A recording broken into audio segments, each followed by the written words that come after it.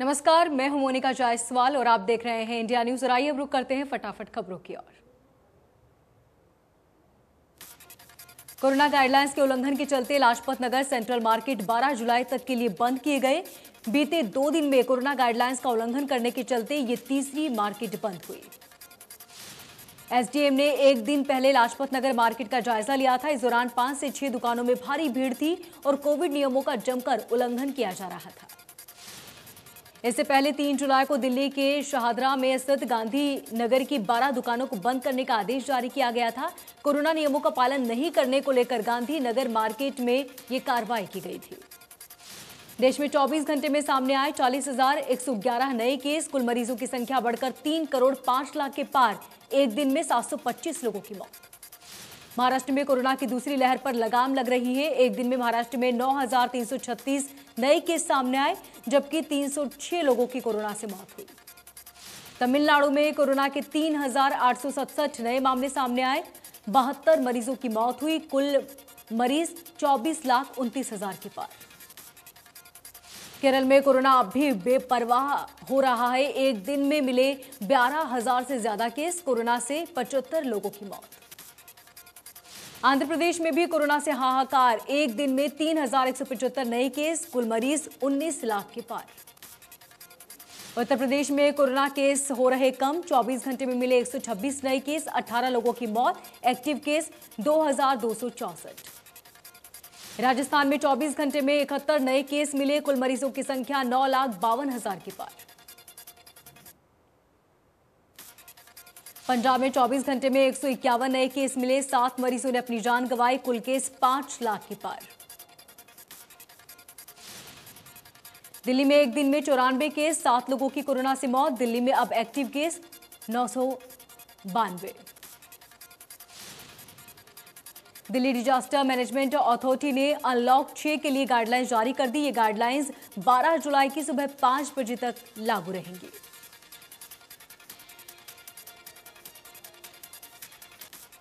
नए गाइडलाइंस में स्टेडियम और स्पोर्ट्स कॉम्प्लेक्स खोलने की अनुमति दी गई है। हालांकि दर्शकों की फिलहाल एंट्री नहीं मिलेगी।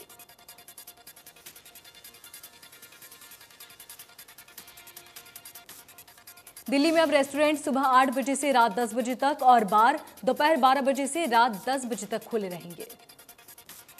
सभी सरकारी ऑफिसेज में ग्रेड 1 या उससे ऊपर के अधिकारियों को 100% उपस्थिति, बाकी 50% उपस्थिति के साथ खुलेंगे। सभी प्राइवेट ऑफिस में सुबह 9 बजे से शाम 5 बजे तक 50% स्टाफ के साथ खुलेंगे। नए गाइडलाइंस के मुताबिक दिल्ली में सभी बाजार, मार्केट कॉम्प्लेक्स, मॉल सुबह 10 बजे से रात 8 बजे तक खुले रहेंगे।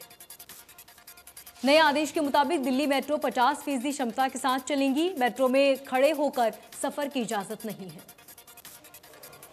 प्रदेश में पिछले 24 घंटे में 51 नए केस मिले। 12 लोगों की कोरोना से मौत। कुल केस 7 लाख के पार। हरियाणा सरकार ने महामारी अलर्ट सुरक्षित हरियाणा के तहत लगाए गए लॉकडाउन को अब 12 जुलाई तक बढ़ा दिया गया है। सरकार ने पिछले सप्ताह सभी जिलों में लॉकडाउन 5 जुलाई तक बढ़ाया था। नए गाइडलाइंस के मुताबिक अभी स्कूल नहीं खुलेंगे, सिर्फ ऑनलाइन पढ़ाई होगी। दुकानें खुलने का समय सुबह 9 बजे होगा और बंद करने का समय रात 8 बजे। 12 जुलाई सुबह 5 बजे तक बड़ा लॉकडाउन। नए गाइडलाइंस के मुताबिक प्रदेश में अब शादी समारोह में 50 लोगों के शामिल होने की इजाजत दी गई। नए आदेशों के मुताबिक विश्वविद्यालय की कैंपस खुलने की अनुमति, लेकिन इसमें फिलहाल रिसर्च स्कॉलर ही शामिल होंगे।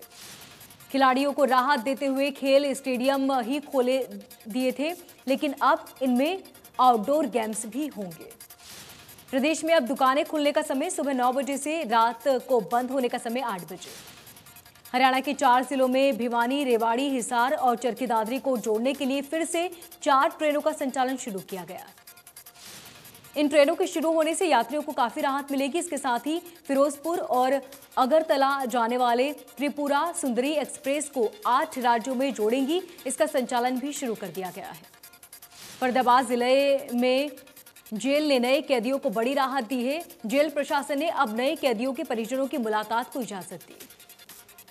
नए कैदियों के परिजनों से मुलाकात का समय सुबह 9 बजे से 12 बजे तक का रखा गया, लेकिन जेल में बंद पुराने कैदी अगले आदेश तक अपने परिजनों से नहीं मिल सकेंगे। जेल में बंद पुराने कैदी केवल फोन पर ही अपने परिजनों से हालचाल जान सकते हैं।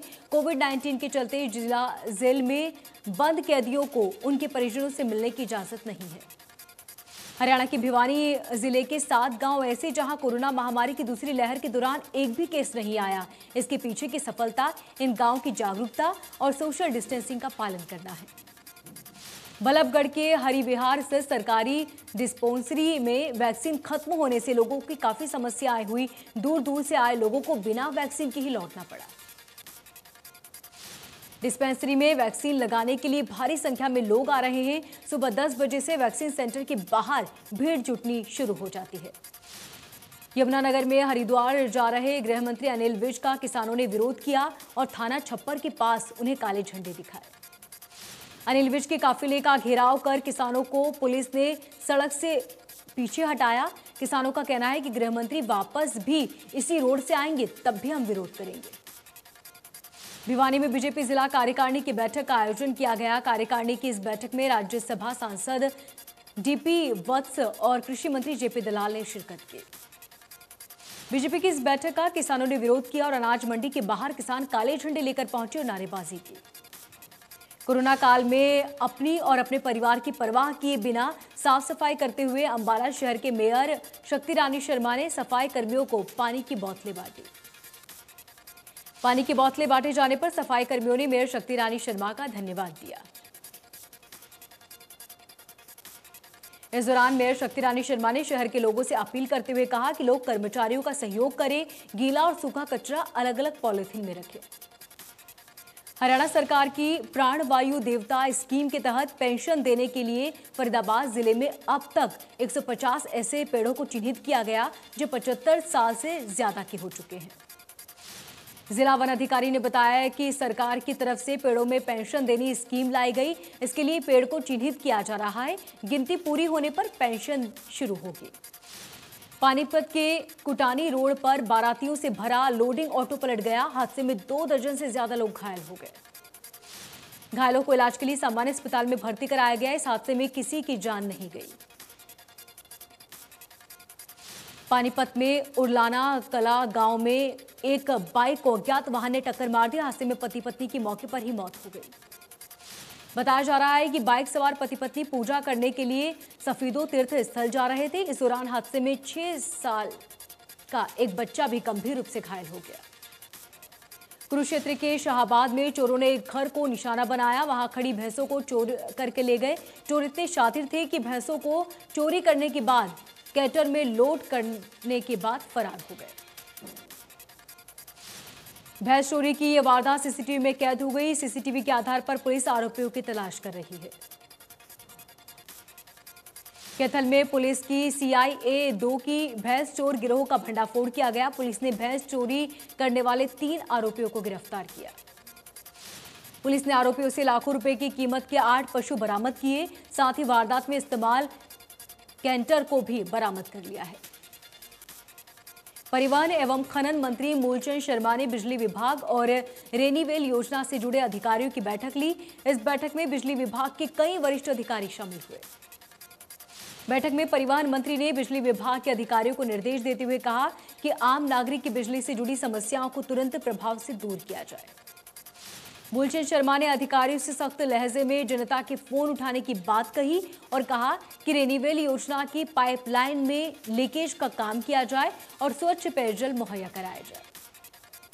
सोनीपत के राजकीय उच्च विद्यालय जहरी गांव के शिक्षक नरेश को वर्ल्ड बुक ऑफ रिकॉर्ड से नवाजा गया। नरेश आकाश ने 34 साल के शिक्षा क्षेत्र में फाइन आर्ट के माध्यम से छात्रों को राष्ट्रीय अंतर्राष्ट्रीय स्तर तक पहुंचाया, जिन्हें यह सम्मान दिया गया। इंद्र की पाल कॉलोनी में दूषित पानी की निकासी नहीं होने से ग्रामीणों ने करनाल और यमुनानगर स्टेट हाईवे जाम कर करीब आधे घंटे तक जाम किया, जिससे हाईवे पर लंबा जाम लग गया। प्रदेश सरकार ने लोगों को गर्मी से राहत देने और बिजली की बचत के लिए super energy efficient inverter AC की योजना शुरू की है, जिसके तहत 1.5 टन का AC खरीदने पर सरकार उपभोक्ताओं को सब्सिडी देगी। नए AC के साथ साथ पुराने AC को बदलने पर भी सरकार सब्सिडी देगी। सरकार ने इसके लिए डेकन और ब्लू स्टार कंपनी से करार किया है। रोहतक के खरेंटी गांव के पूर्व सरपंच पर बाइक सवार 2 बदमाशों ने फायरिंग की। फायरिंग में बाल बाल बचे पूर्व सरपंच के मुताबिक बदमाशों ने पहले फोन पर धमकी दी और बाद में कई राउंड फायरिंग की। फायरिंग की वारदात सीसीटीवी में कैद। पूर्व सरपंच ने बताया कि 5 महीने पहले हुई गांव की पंचायत में दूसरे सरपंच पर फायरिंग के आरोपों के खिलाफ कार्रवाई को लेकर बातचीत हुई थी। इसी रंजिश में आरोपियों ने उन पर फायरिंग की। गोहाना में शराब के नशे में धुत स्कूटी पर 3 युवकों ने पुलिसकर्मी के साथ बदतमीजी की। पुलिसकर्मी ने युवक को रोकने के लिए हाथ बढ़ाया तो गाली गलौज की गई। विवाद बढ़ने पर जब पुलिसकर्मी ने युवक को काबू करना चाहा तो 2 युवक मौके से फरार हो गए, जबकि एक युवक ने पुलिस ने युवक को गिरफ्तार किया। पुलिसकर्मी ने युवक की स्कूटी इंपाउंड करते हुए 28,000 रुपए का चालान भी काटा। बाकी फरार 2 आरोपियों की तलाश जारी। केसली में एक ट्रांसपोर्ट कंपनी के चालक ने फांसी लगाकर आत्महत्या कर ली। मृतक की जेब से एक सुसाइड नोट बरामद हुआ, जिसमें कंपनी के मालिक पर अभद्रता का आरोप लगाया गया। मृतक की भाई की शिकायत पर पुलिस ने आत्महत्या के लिए मजबूर करने का मामला दर्ज किया। फिलहाल पुलिस ने अब तक आरोपी को गिरफ्तार नहीं किया है। हांसी शहर के एक मैरिज पैलेस में हो रही शादी के बीच अचानक पुलिस के साथ लड़की की गर्लफ्रेंड मौके पर पहुंची। गुरुग्राम में आई लड़की ने आरोप लगाया कि 7 साल से वो रिलेशनशिप में थे और लड़की ने शादी का वादा भी किया था। लड़की की करतूत सामने आते ही वर और वधू पक्ष के बीच हंगामा हो गया। शादी रुकवाने पहुंची लड़की ने आरोप लगाया कि वो दोनों गुरुग्राम में एक निजी कमरे में बैंक में काम करते हैं और लिविंग में रहते की बात सामने आने पर वधू पक्ष ने तुरंत शादी से इनकार कर दिया, जिसके बाद दूल्हे की बिना दुल्हन के ही लौटना पड़ा। सिरसा शहर में पैसेंजर ट्रेन के आगे कूदकर एक व्यक्ति ने आत्महत्या कर लिया। आत्महत्या की सूचना मिलने के बाद पुलिस ने पोस्टमार्टम के लिए शव को भिजवाया। मृतक ने आत्महत्या क्यों की, इसका खुलासा अब तक नहीं हो पाया और न ही मृतक की अब तक कोई पहचान हो पाई। सोनीपत की सदर थाना पुलिस ने 2 शातिर बाइक चोरों को गिरफ्तार करने में सफलता हासिल की, जो पलक झपकते ही बाइक को उठाकर मौके से फरार हो जाते थे। पुलिस ने 6 आरोपियों को वारदात का खुलासा करते हुए गिरफ्तार किया। पुलिस चोरों से पूछताछ कर रही है ताकि अन्य वारदातों का भी खुलासा हो सके। फरीदाबाद में बीपीटीपी विला निवासियों ने कार्यालय पर प्रदर्शन किया और जमकर नारेबाजी की और मूलभूत सुविधा देने की मांग की गई। लोगों ने बताया कि उन्हें 12-12 घंटे बिजली नहीं मिलती, यहां तक कि पीने के पानी की भी समस्या है। इसके अलावा कनेक्टिविटी रोड की भी हालत खराब है। सेना में रहकर देश की सेवा करने वाले नांगल चौधरी के गांव कमानिया का एक और लाल दुश्मनों से लोहा लेते शहीद हो गया। लद्दाख में ड्यूटी के दौरान शहीद हुआ था जवान। शहीद का पार्थिव शरीर पृथक गांव कमानिया पहुंचा। गांव में शहीद विपिन कुमार अमर रहे के नारे गूंज उठे और सभी ने नम आंखों से विदाई दी। टोहाना में बिजली निगम की छापेमारी के विरोध में समेन गांव के ग्रामीणों ने बैठक की। बैठक में फैसला लिया गया कि कोई भी बिजली कर्मी काम में छापेमारी करने आए तो लठ बरपाए जाए। खाप नेता सुबेश सिंह ने कहा कि गांव के लोगों ने बिजली निगम को 20 एकड़ जमीन दी, लेकिन इसके बावजूद भी छापेमारी की कार्रवाई की जा रही है। रोहतक में नेशनल हाईवे 9 पर स्थित इस्माइला गांव के पास पुलिस ने गौ रक्षा दल के सहयोग से गौवंश को कैंटर सहित काबू करने में सफलता पाई।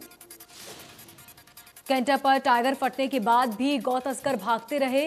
पूरी वारदात वीडियो सामने आया। कैंटर पर 2 फर्जी नंबर प्लेट लगाने का भी आरोप।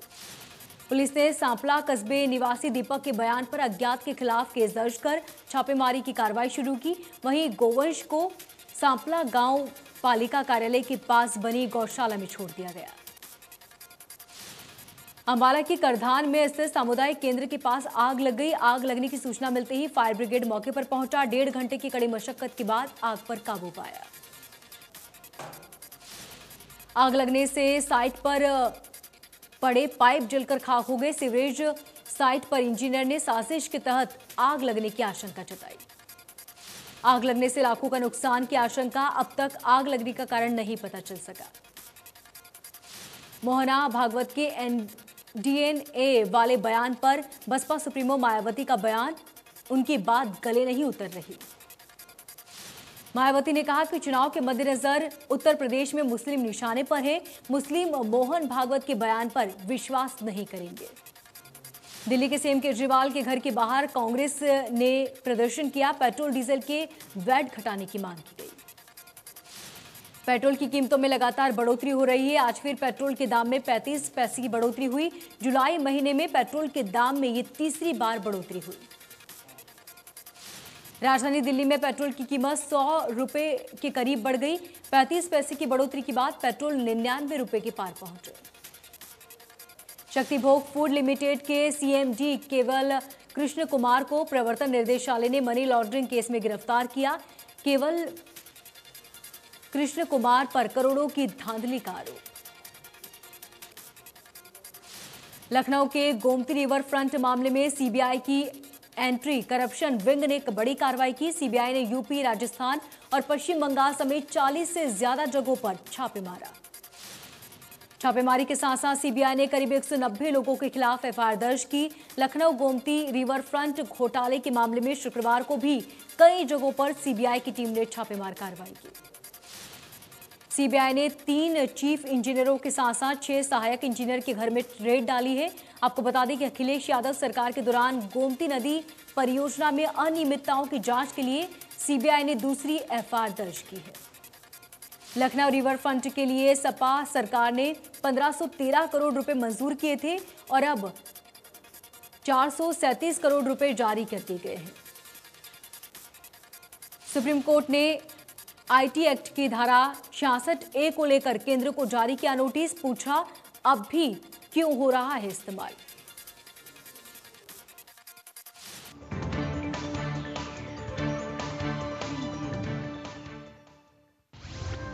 कोविड से लड़ते लोगों के लिए